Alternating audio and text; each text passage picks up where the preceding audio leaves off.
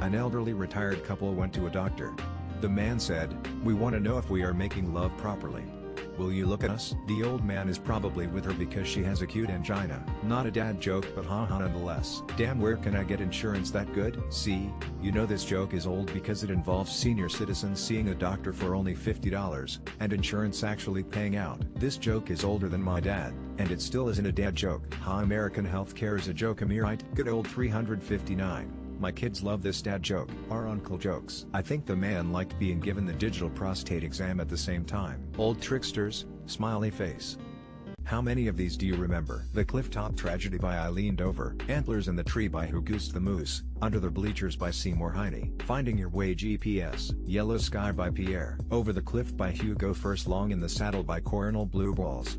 At House Tales by I.P. Freely. You Forgot the Law Firm of Dewey, Cheatham and How. Holes in the Mattress by Mr. Completely. Dentistry for Beginners by Phil McCavity. Where's the Toilet? By Anita P. Quigg. Embarrassment in the Changing Room by Hugh G. Rection. The Art of Subtle Pickup Lines by Mike Oxbig. The Glass Bathing Suit by Seymour Hare. Brown Spots on the Wall by Hooflong Poo. Reddit by You Post and A Game. Sliding Down the Banister by Dick Burns. The Gymnasium Shower by Harry Butts. Teen Pregnancy in Hawaii by Iwana Leia. You Missed Publisher, Will You Clean It Up? I lost my job as a masseuse. Very touching. I hope you'll be okay. Well, didn't get a happy ending. I tell you to move into chiropractic, but that's backbreaking work. I'll guess you'll have to find more hands-on work. I know how you feel. Not to be pedantic and rub anyone the wrong way, but as a dad joke, wouldn't you be a masseur? Sorry to hear you couldn't work it out. As a man I can't be a masseuse, but I can be sued. Yours is a pressing matter. I tabled that career choice. You got squeezed out by the competition. Oof, that hurts.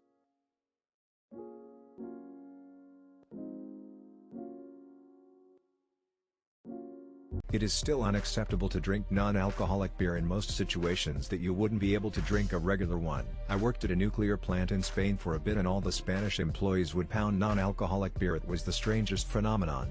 Had a cooler full of it in the cafeteria. Like, I guess it's okay, but the optics. In the state of California, you can't drink non-alcoholic beer if you are under 21 or while driving. You'll get odd looks if you drink it at work or in the morning, and people will probably still jump to the conclusion that you have a drinking problem even if you just like the I stand corrected. Legally, you can do both, but you'll still have trouble with it. Every store I have been to checks ID for any beer and will not let minors buy it. I never understood the commercials where people are drinking nah beer at work. You will still get odd looks from your coworkers and your boss will tell you it's weird. My pastor told this during a sermon once and it still kills me. One Sunday morning our pastor began his sermon by saying, "Today we're going to be discussing the importance of honesty." Everyone nodded and pastor continued, "The Bible speaks a lot about honesty." Before I begin, I would like for all those who have read Matthew chapter 29 verse 15 to please raise their hands. About half the people in the congregation raised their. Pastor said, "You see, that's a little unfortunate as Matthew only has 28 chapters." So what was the moral of the story in the sermon then? Stay away from unknown holes? Holy cow, that joke's a lot deeper than it initially seemed. So the railroad tie had an extremely long rope tied to it, and they didn't. What did I miss? Have you seen my cow? Pretty sure it fell in the hole. Dramatic sting. I don't get it. A railroad tie is very light compared to a cow. One-liners from the old version of Hollywood Squares. I can hear their voices in my head while reading them. Iconic thanks. Cue over the next hill. You hear someone yell pull, then you hear a gunshot. What are they doing? Hey, Buddy Hackett, obviously he's not pulling. Thanks for the memories. I miss shows like that, way better than all the reality crap they are peddling now. Q Who said late at night when you sleep, into your tent I will creep. Paul Lynn the Scoutmaster. I watch Game Show Network for background noise in the afternoons while I work. Match game is definitely an experience and I can't believe they actually said that out loud on television. Q. How does a penguin steer when swimming? A. Paul Lynn, a boy penguin or a girl penguin? Q. There is an old phrase, a pig and a poke. What is a poke? Paul Lynn, when you're not really in love. Back when funny was funny. Very fun. Thank you. Serious people who are good at sex. What's one piece of advice you would give to someone of your own gender and orientation to help them improve their performance? Listen to what your partner is saying and don't be afraid to ask questions. Just be attentive to your partner's wants and needs. That what makes a great lover, and you make sure your partner is satisfied, then they will think you're great. Slow man. The best piece of advice I ever got was go as slow as you can and then drop that another 50. This means excruciatingly long foreplay. Most guys go right for sex, and even the ones that think they do a lot of foreplay, chances are it's not enough. This will put you in the top 1 percentile and you'll start blowing minds. When she says don't stop, don't change what you're doing. Don't speed up, don't slow down, just carry on doing exactly the same thing. Since the toys in Toy Story were in Andy's room until he turned 17, there's a good chance they saw him smash. They definitely watched him fap. Have you seen Woody and Bo Peep? Or the potato wasn't the only one smashing in that room. Oh, they saw him beating his shit like it owed him money more than a few times, I am sure. They definitely saw him wanking. Weren't they in his toy chest? Maybe they heard, but probably didn't see. Why does Andy have a friend in him? Insert green text about coming on Jessie, but they can't clean her off when he leaves because he'd notice. I don't know, a 17-year-old boy with a bunch of toys laying around isn't getting much action probably. Definitely saw him go to infinity and beyond, if you know what I mean though. Nah, Andy was a nerd. The only smash those toys saw him involved in was on the GameCube. Why do you guys think of this when you think of Toy Story Lamau? Till a breakthrough in kidney stone treatment will allow them to be expelled without invasive surgery, using a handheld device. NASA has been funding the technology for 10 years, and it's one of the last significant issues in greenlighting human travel to Mars. Now we know what removed the tracker from Quaid's head in Total Recall. I had my first kidney stone in 2013 and I was told about this technology then, and that they can't use it for most stones. I wonder if anything is different now or if this is just a puff. Here is a study talking about the same ultrasonic propulsion technology being used in kidney stones from 2013. Till during the 1800s, Hawaii became one of the most literate nations in the world with over 90% of the population able to read and write. Even King Kamehameha III proudly declared, "Hiaupuni Palapalako I have a kingdom of education." Just here to say King Kamehameha is one of the coolest names in history. Just rolls off the tongue. Duke Kahanamoku is up there, too. One day King Kamehameha sat down at the women's table and from then on Hawaiian women had equal rights. Honestly so sad to see what happened to the native Hawaiians. They had a modern nation with excellent education, now they are statistically poorly educated and impoverished because of the US overthrow and occupation. They cheated by having less letters to learn in their alphabet. This is pretty unrelated, but does anyone know why Dragon Ball Z uses the name Kamehameha as their attack phrase? Isn't that the Dragon Ball move? Till Frances Bean Cobain, daughter of Kurt Cobain, filed for divorce from her first husband, Isaiah Silva, in 2016 after less than 2 years of marriage. They ended up fighting for custody of Kurt's guitar played during his MTV Unplugged performance in November 1993. The court awarded it to Silva. The article doesn't explain the why. I'm so curious why the court would do this. The article said he claims it was given to him as a gift, which she denied. Was there some evidence of it being a gift?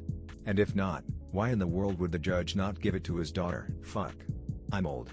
Not only is she old enough to be married now, she's old enough to have been divorced 7 years ago after being married for 2.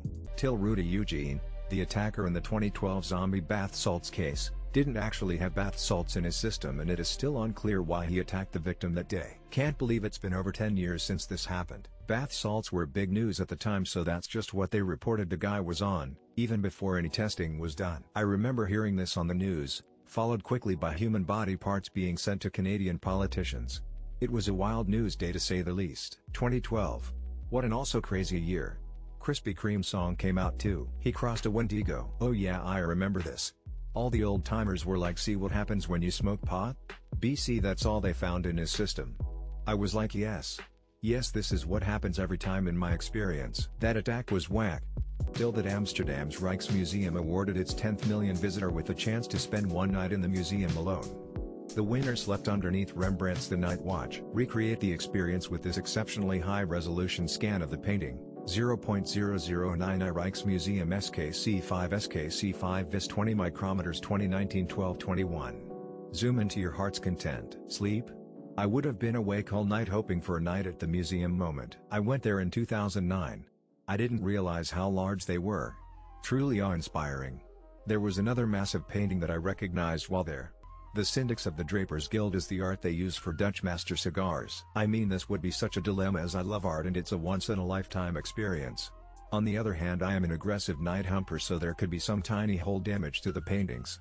Still, that Johns Hopkins had to retract a study about the effects of MDMA that they published because they realized that instead of ecstasy, they'd given meth to all but one of the research subjects. The ultimate blind experiment. You don't even know what drug you're investigating until after you publish. Whatever one thinks of the toxicity of ecstasy, 40 of young people using it every weekend are not dying. These people thought they were giving lab animals recreational doses of meth. This is a study in psychopharmacologists not knowing what they were doing.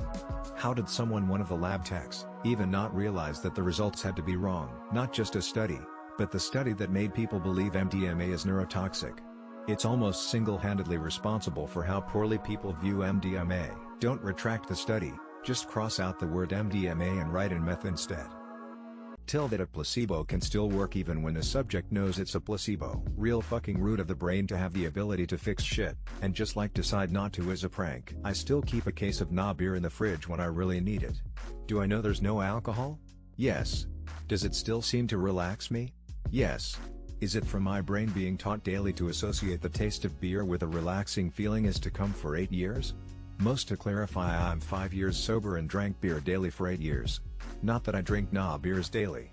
Just was more saying I think my brain is just like this taste equates to relaxing. The human brain is weird. What if they are told it's a placebo but it's actually the real drug? Also more effective if given by person in lab coat. Just give me a cola bottle. I love those things. Can one placebo poison oneself? Till that women are traditionally prohibited from entering a sumo ring. This tradition is so strictly enforced that in 2018 2 women were asked to leave the ring even though they were performing CPR on a man who collapsed in one. That's just stupid. Had some relatives visiting me in Tokyo. Went to a restaurant in Ryogoku where the sumo stadium is. They had a display ring for tourists to take photos in. My aunt jumped immediately. The staff came running out to stop her. Men in the fake ring.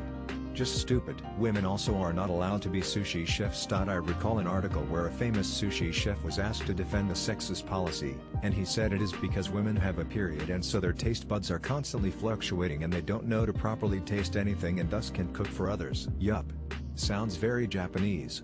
There's a point in every man's life where they realize they won't be a professional athlete. Every man? What about professional athletes? Never had the slightest aspiration, except the ones that become professional athletes.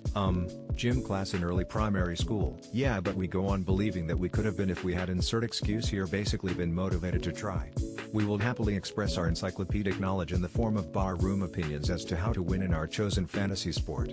Or why that chump lost. We didn't lose, they did. Coulda gone pro if it wasn't for my bum knee. Must have been in Little League Soccer when I'd play with my belly button. My point was at, like, 4 years old.